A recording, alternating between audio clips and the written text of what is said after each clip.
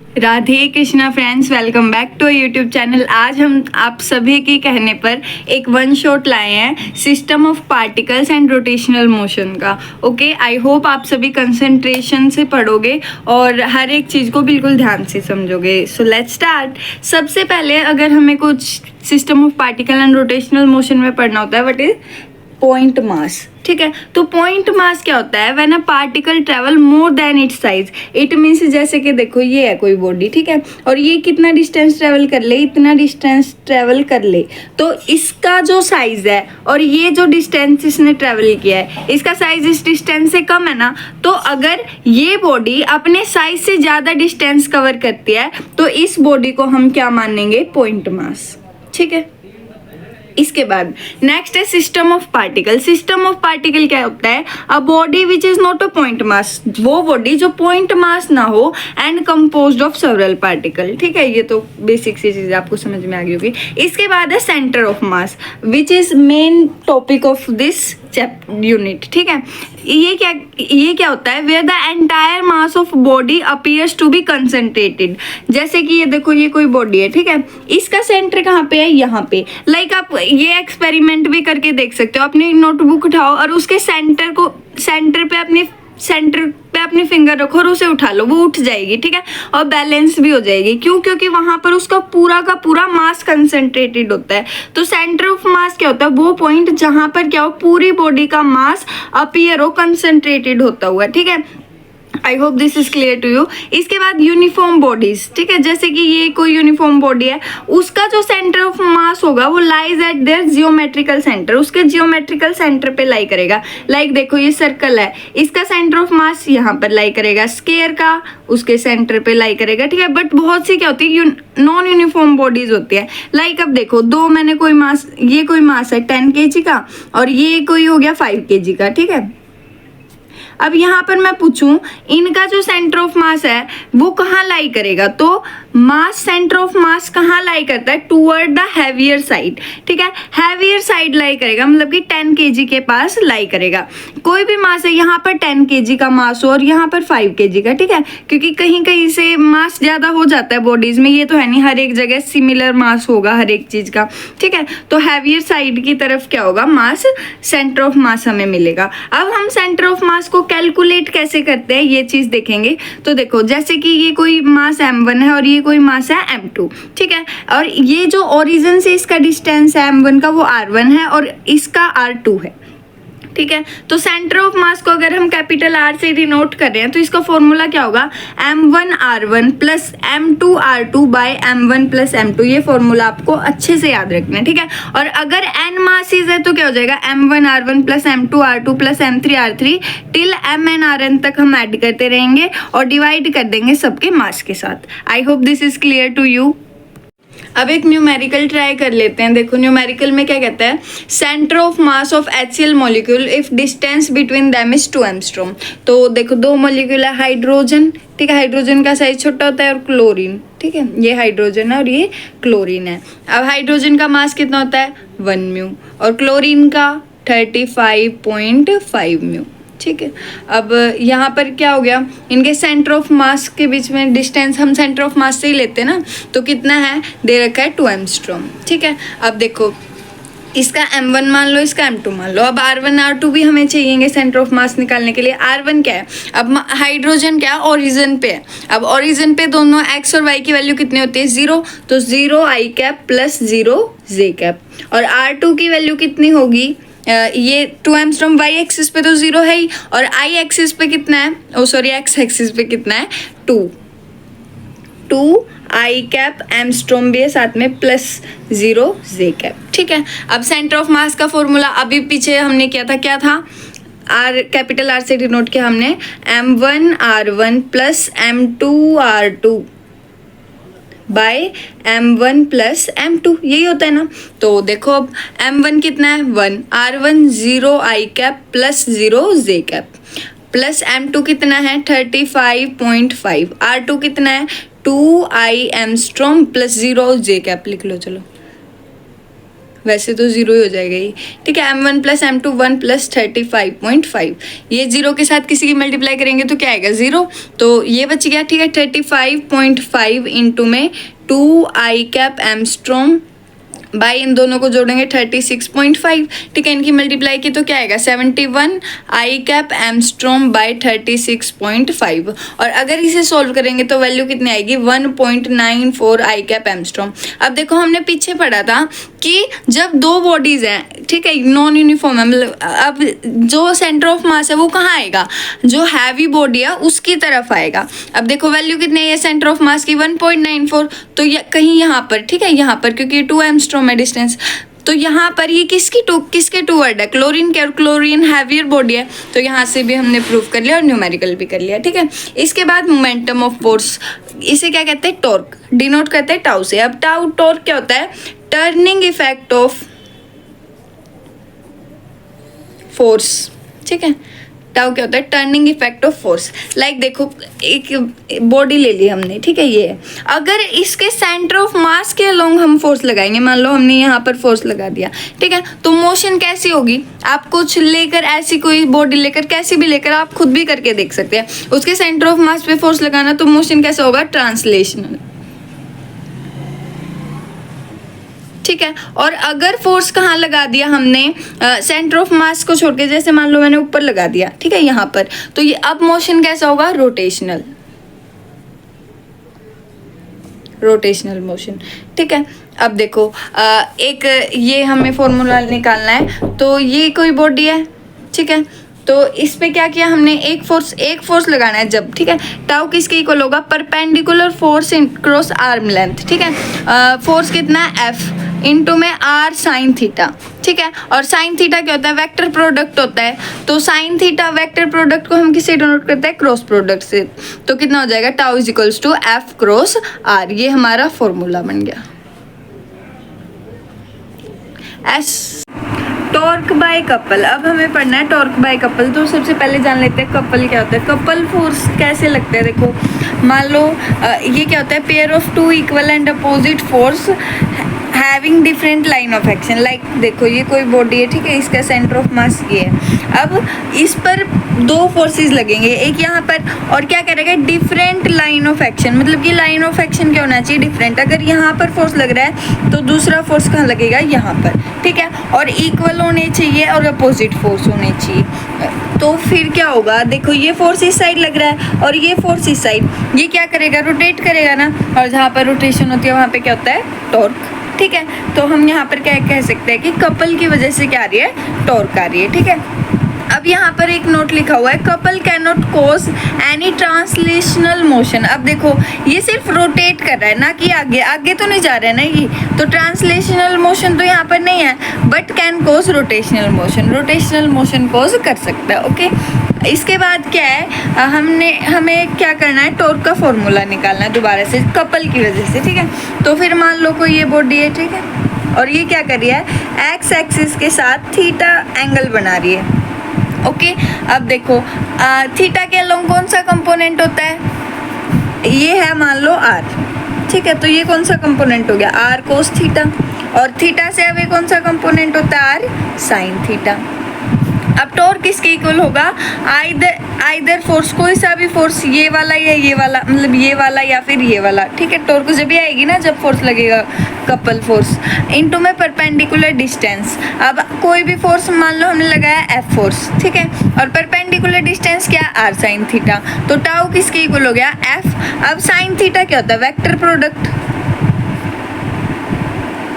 ठीक है, और वेक्टर प्रोडक्ट को हम क्रॉस से डिनोट करते हैं, तो F क्रॉस R आ जाएगा टाउ का फॉर्मूला, ठीक है। और अगर इसके SI यूनिट बतानी है तो SI यूनिट क्या हो जाएगी, फोर्स की क्या होती है, न्यूटन, और R क्या है, डिस्टेंस की क्या होती है, मीटर, न्यूटन मीटर, और न्यूटन मीटर ही वर्क की होती है ना, उसे हम क्या कहते हैं, जूल कहते हैं ना, तो जूल ही इसकी SI यूनिट है, ठीक है। इसके बाद कुछ एप्लीकेशन ऑफ टॉर्क कर लेते हैं। फर्स्ट एप्लीकेशन क्या है, handles of doors are provided at the opposite end. Like देखो ये कोई डोर है, ठीक है, यहाँ से ये अटैच है दीवार से, और हम जो भी खोलने वाला जो स्टैंड वो होता है वो हम यहाँ पर लगाते हैं, है ना, यहाँ पर तो नहीं लगाते, इसकी वजह से क्या आर बढ़ गया, और आर बढ़ जाता है, टाउ किसके डायरेक्टली प्रोपोर्शनल है आर के, तो टाउ भी बढ़ेगा, जिसकी वजह से हम इजीली क्या कर सकते हैं, गेट को खोल सकते हैं। सारी जगह क्या है, आर बढ़ा हुआ है। देखो, we can easily open and close screw using screwdriver, जो ऐसे होता है ना हमारा स्क्रू,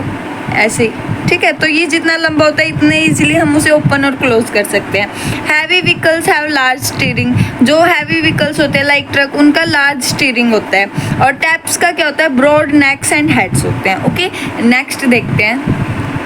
नेक्स्ट क्या है, मूवमेंट ऑफ इनर्शिया। अब हमने काइनेमेटिक्स में क्या पढ़ा था, इनर्शिया क्या होता है, inertia tendency of object to maintain its state of rest और मोशन, ठीक है। मतलब कि रेस्ट और मोशन में, अगर रेस्ट में तो रेस्ट में ही रहने की कोशिश करता है ऑब्जेक्ट, और मोशन में तो मोशन में ही।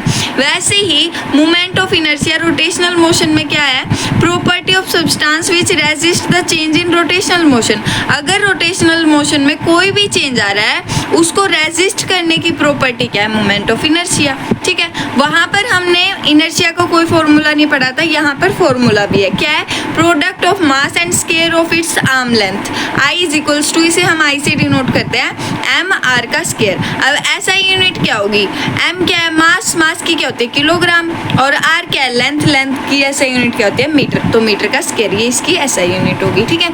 अगर if there is system of particle, अगर सिस्टम ऑफ पार्टिकल है, मतलब कि कोई n पार्टिकल्स हैं, तो उनका मोमेंट ऑफ इनर्शिया क्या होगा, I1 plus I2 plus I3 till IN, ठीक है। तो I का फॉर्मूला हमने क्या पढ़ा है, एम आर स्क्वायर, फिर ये क्या हो जाएगा, IN M1 R1 का स्क्वायर प्लस M2 R2 का square plus till then MN RN का स्क्वायर, ठीक है। अब मोमेंट ऑफ इनर्शिया डिपेंड किस किस चीज़ पे करती है, फर्स्ट डिपेंड करती है मास ऑफ बॉडी पे, ठीक है। बॉडी का मास कितना है, जितना ज़्यादा बॉडी का मास होगा उतना ही ज़्यादा रेजिस्ट कर पाएगी ना किसी भी चेंज को। उसके बाद डिस्ट्रीब्यूशन ऑफ मास, ठीक है, सेकंड इस पे डिपेंड करती है।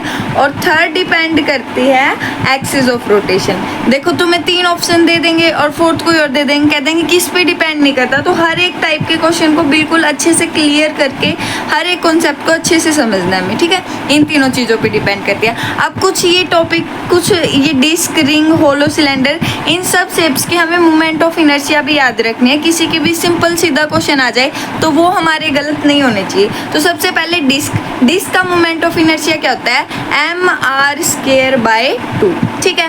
रिंग का एम आर स्क्वायर, क्योंकि इसका जो डिस्ट्रीब्यूशन होता है मास आएगा, ठीक है। ये गलती से मोशन लिखा गया था। रिंग का क्या होता है, M R square moment of inertia, because इसमें जो मास का डिस्ट्रीब्यूशन होता है ना वो सिर्फ कॉर्नर्स पे होता है, यहाँ पर होता है ना, इसलिए इसका एम आर स्क्वायर। और यहाँ पर क्या हो जाता है, पूरी बॉडी में शेयर हो जाता है, जिसकी वजह से क्या हो जाएगा, एम आर स्क्वायर बाय 2। और उसके बाद होलो सिलेंडर का होता है एम आर स्क्वायर। उसके बाद सॉलिड सिलेंडर का होता है M R square by 2। Similarly यहाँ पे सॉलिड सिलेंडर में क्या हो जाएगा, पूरा मास डिस्ट्रीब्यूट हो जाएगा और यहाँ पर एक ही जगह होगा, ठीक है। आई होप आप समझ रहे होगे मैं क्या कहना चाहती हूँ। और स्फेयर का 2/5 एम आर स्क्वायर, और रोड का होता है एम आर स्क्वायर बाय 12, ठीक है। तो ये सभी आपको मोमेंट ऑफ इनर्शिया अच्छे से याद रखने हैं, ठीक है। चलो आगे चलते हैं।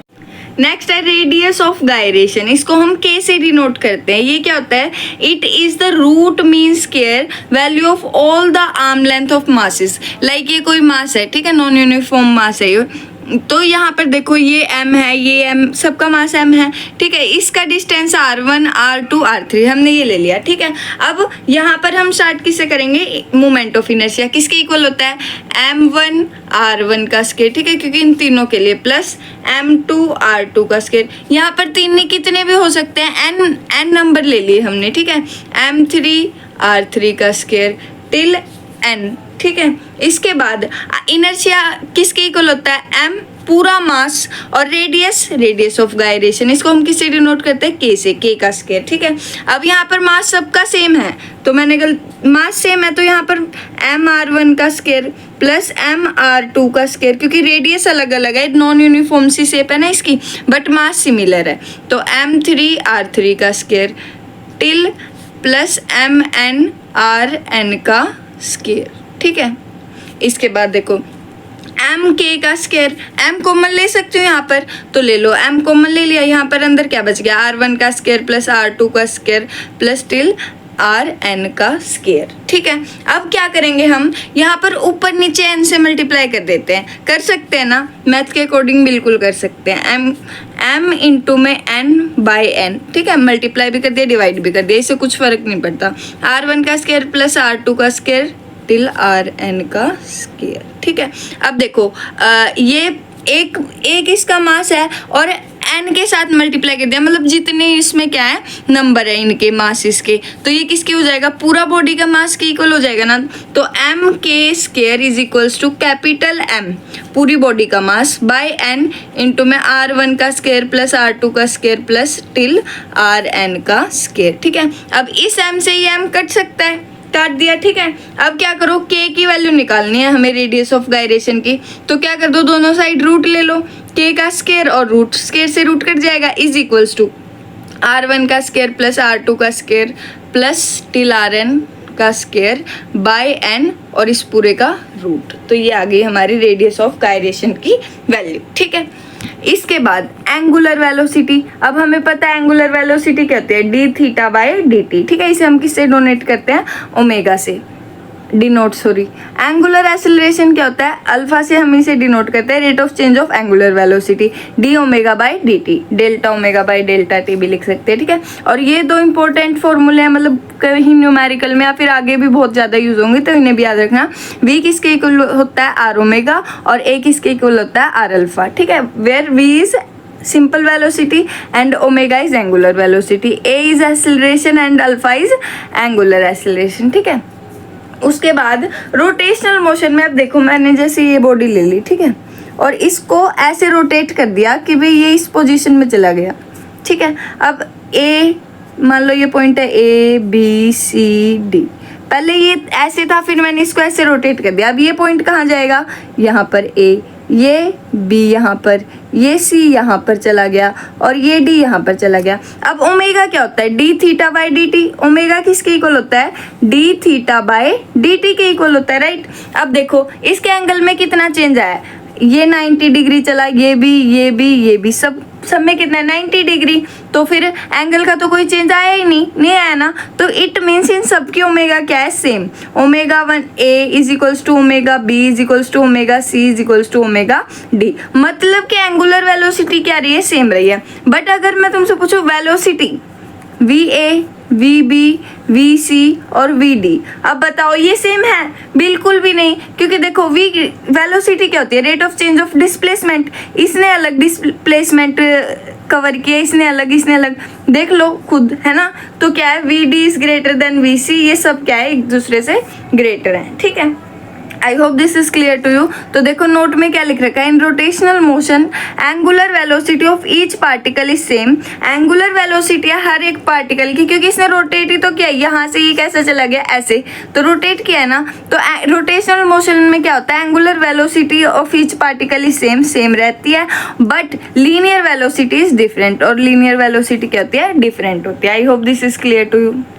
अब नेक्स्ट क्या देखते हैं हम, equation of motion in rotational motion. Kinematics की इक्वेशन ये थी ना, v is equal to u plus a t, और ये दोनों। ठीक है, तो यहाँ पर हम क्या करते हैं, v को, ये लीनियर वेलोसिटी थी, लीनियर वेलोसिटी यहाँ पर रोटेशनल मोशन में क्या होती है, एंगुलर वेलोसिटी। ठीक है, और इनिशियल वेलोसिटी को यहाँ पर u से डिनोट करते थे, और रोटेशनल मोशन में हम एंगुलर वेलोसिटी, इनिशियल वेलोसिटी को किससे डिनोट करेंगे, ओमेगा नोट से। a एक्सेलरेशन और यहाँ पर अल्फा एंगुलर एक्सेलरेशन। ठीक है, तो यहाँ पर क्या बन जाएगी, v is equal to u plus a t, omega is equal to omega nought plus alpha t. वैसे यहाँ पर s डिस्प्लेसमेंट था और यहाँ पर थीटा डिस्प्लेसमेंट है। ठीक है, u वैसे ही omega naught t half alpha t का स्क्वायर। बस सीधा हमने क्या किया है, v को चेंज कर दिया ओमेगा में, u को चेंज कर दिया ओमेगा नोट में, अल्फा को चेंज, एक्सेलरेशन को चेंज कर दिया अल्फा में, और जो डिस्प्लेसमेंट है s इसको चेंज कर दिया थीटा में। ठीक है, ये चार चेंज आए हैं, बाकी वैसी इक्वेशन वही है। ठीक है, इसके बाद हम क्या पढ़ेंगे, angular momentum and it's conservation.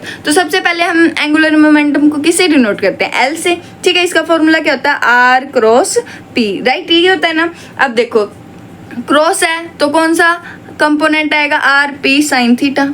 ठीक है, एंगल साइन थीटा आ गया। अब तुम मुझे बताओ इसमें एंगल कौन सा है, थीटा की वैल्यू क्या होती है जब रोटेशनल मोशन में, देखो जैसे ये रेडियस है आर, ठीक है। अब वेलोसिटी यहाँ पर क्या होगी, टेंजेंशियल, ये वेलोसिटी यही है ना, जब यहाँ से पार्टिकल जाएगा तो इसकी वेलोसिटी इसी साइड है, ये रोटेट कर रहा है सेंट्रीपिटल फोर्स की वजह से, तो वेलोसिटी कहाँ पर है, यहाँ पर। इन दोनों के बीच में कितने डिग्री का एंगल है, 90 डिग्री का, और साइन 90 कितना होता है, 1, ठीक है। तो एल किसके इक्वल हो जाएगा, आर पी के इक्वल हो जाएगा, ठीक है। अब मोमेंटम क्या होता है, product of mass and velocity, तो एल को क्या लिख सकते हैं, आर एम वी, ठीक है। तो एल की वैल्यू कितनी आ गई, एम वी आर, ठीक है। अब v का हमने पीछे फॉर्मूला पढ़ा था, मैंने कहा था इंपॉर्टेंट है, यूज होगा, क्या था वो, L is equals to R M omega R, होते हैं ना, v किसके इक्वल होती है, ओमेगा आर के इक्वल होता है, ठीक है। तो यहाँ पर ओमेगा आर पुट कर दिया, तो L is equals to M omega और r का स्क्वायर, तो ये L का फॉर्मूला आ गया, इसको अच्छे से याद रखना है, ठीक है। इसके बाद कंजर्वेशन ऑफ एंगुलर मोमेंटम, ठीक है, ये क्या कहता है, if there is no external torque applied on a body its angular momentum remains constant. ऐसा ही हमने कंजर्वेशन ऑफ मोमेंटम भी पढ़ा था, बस वहां पर टॉर्क की जगह क्या था, फोर्स, ठीक है। If there is no external force applied on a body its angular momentum remains constant, ठीक है। I hope this is clear. अब देखो एंगुलर मोमेंटम क्या है, कांस्टेंट, अगर हमने कोई फोर्स नहीं लगाया कांस्टेंट, ठीक है। और एल का फॉर्मूला हमने क्या पढ़ा था, एम वी आर, तो एम वी आर भी क्या हुआ, कांस्टेंट, और एम ओमेगा स्क्वायर आर भी आया था एक फॉर्मूला, ये भी कांस्टेंट। अब आपको यहाँ पर एक चीज ध्यान रखनी है, देखो अगर वेलोसिटी हमने मान लो कहीं पे भी इंक्रीज होगी, लगा लो, ठीक है, अगर वेलोसिटी इंक्रीज होगी तो मास तो कांस्टेंट ही होगा, ठीक है, तो रेडियस क्या हो जाएगी, डिक्रीज, और अगर रेडियस डिक्रीज या रेडियस इंक्रीज होगी तो कांस्टेंट रखने के लिए वेलोसिटी क्या हो जाएगी, डिक्रीज, ठीक है। जैसे देखो इसकी इसलिए क्या एप्लीकेशंस है, आइस डांसिंग, फ्लिप्स, जब कोई फ्लिप्स मारता है, और प्लैनेट अराउंड सन, लाइक देखो ये क्या है, यहाँ पर कोई भी जो प्लैनेट है वो रिवॉल्व कर रहा है और यहाँ पर सन है, ठीक है। अब ये यहाँ पर क्या, आर ज्यादा है, ठीक है, आर क्या होगी, यहाँ पर बढ़ गई, क्योंकि हमने पढ़ा था कि सन क्या होता है, जो ये इलिप्टिकल ऑर्बिट में रिवॉल्व कर रहे हैं प्लैनेट, और सन एक फोकाई पे होता है, एक फोकस पे होता है, दो फोकाई होती है ना इलिप्स की, तो एक फोकस पे सिचुएटेड होता है सन। अब ये रोटेशन कर रहा है, ठीक है।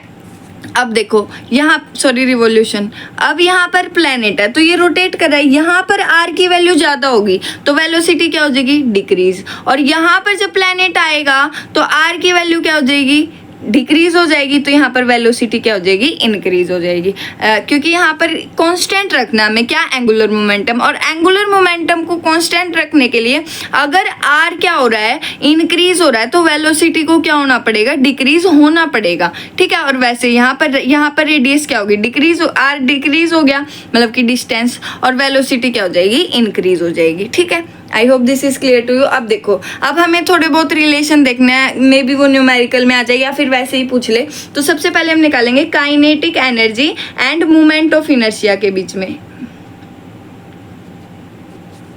तो ये रिलेशन हमें निकालना है। काइनेटिक एनर्जी किसके इक्वल होती है, हाफ एम वी स्क्वायर होती है ना, ठीक है। अब यहाँ पर क्या करना है, हमें वी की जगह आर ओमेगा पुट करना है, ठीक है, हाफ एम और आर ओमेगा का स्क्वायर, तो ये क्या हो गया, half M R square omega square, ठीक है। अब देखो एम आर स्क्वायर किसके इक्वल होता है, आई, हमने अभी पढ़ा था ना, product of mass and square of arm length, ठीक है, हाफ आई ओमेगा का स्क्वायर, ये किसके इक्वल हो गया, काइनेटिक एनर्जी के इक्वल हो गया, ठीक है। इनके बीच में रिलेशन आ गया। अब नेक्स्ट निकाल लेंगे angular momentum L and moment of inertia I के बीच में। अब हमने एल का फॉर्मूला क्या निकाला था एंगुलर मोमेंटम का, एम वी आर, ठीक है। तो L is equals to M V क्या होता है, ओमेगा आर, ठीक है, इनटू में आर, तो ये क्या हो गया, एम ओमेगा आर का स्क्वायर, किसके इक्वल हो गया, एल, और एम आर स्क्वायर किसके इक्वल होता है, आई के, तो L is equals to I omega, ये रिलेशन आ गया, ठीक है।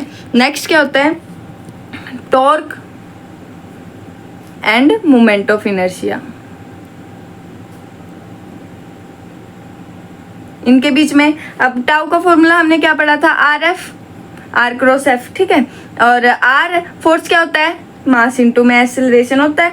अब एक्सेलरेशन की वैल्यू क्या करी है हमने, अभी एक्सेलरेशन की क्या वैल्यू पड़ी थी, आर अल्फा, तो यहाँ पर आर अल्फा पुट कर दो, आर आर आर का square M alpha M R का स्क्वायर अल्फा, तो ये क्या होता है आई अल्फा किसके इक्वल हो गया टॉर्क के। ये भी इंपॉर्टेंट फॉर्मूला, ये तीनों ही फॉर्मूले आपको क्या करने हैं याद रखने हैं। आई होप आपको पूरा चैप्टर अच्छे से समझ में आया होगा। आज के लिए इतना ही, मिलते हैं नेक्स्ट वीडियो में। Till then tata bye bye, take care, पढ़ते रहिए।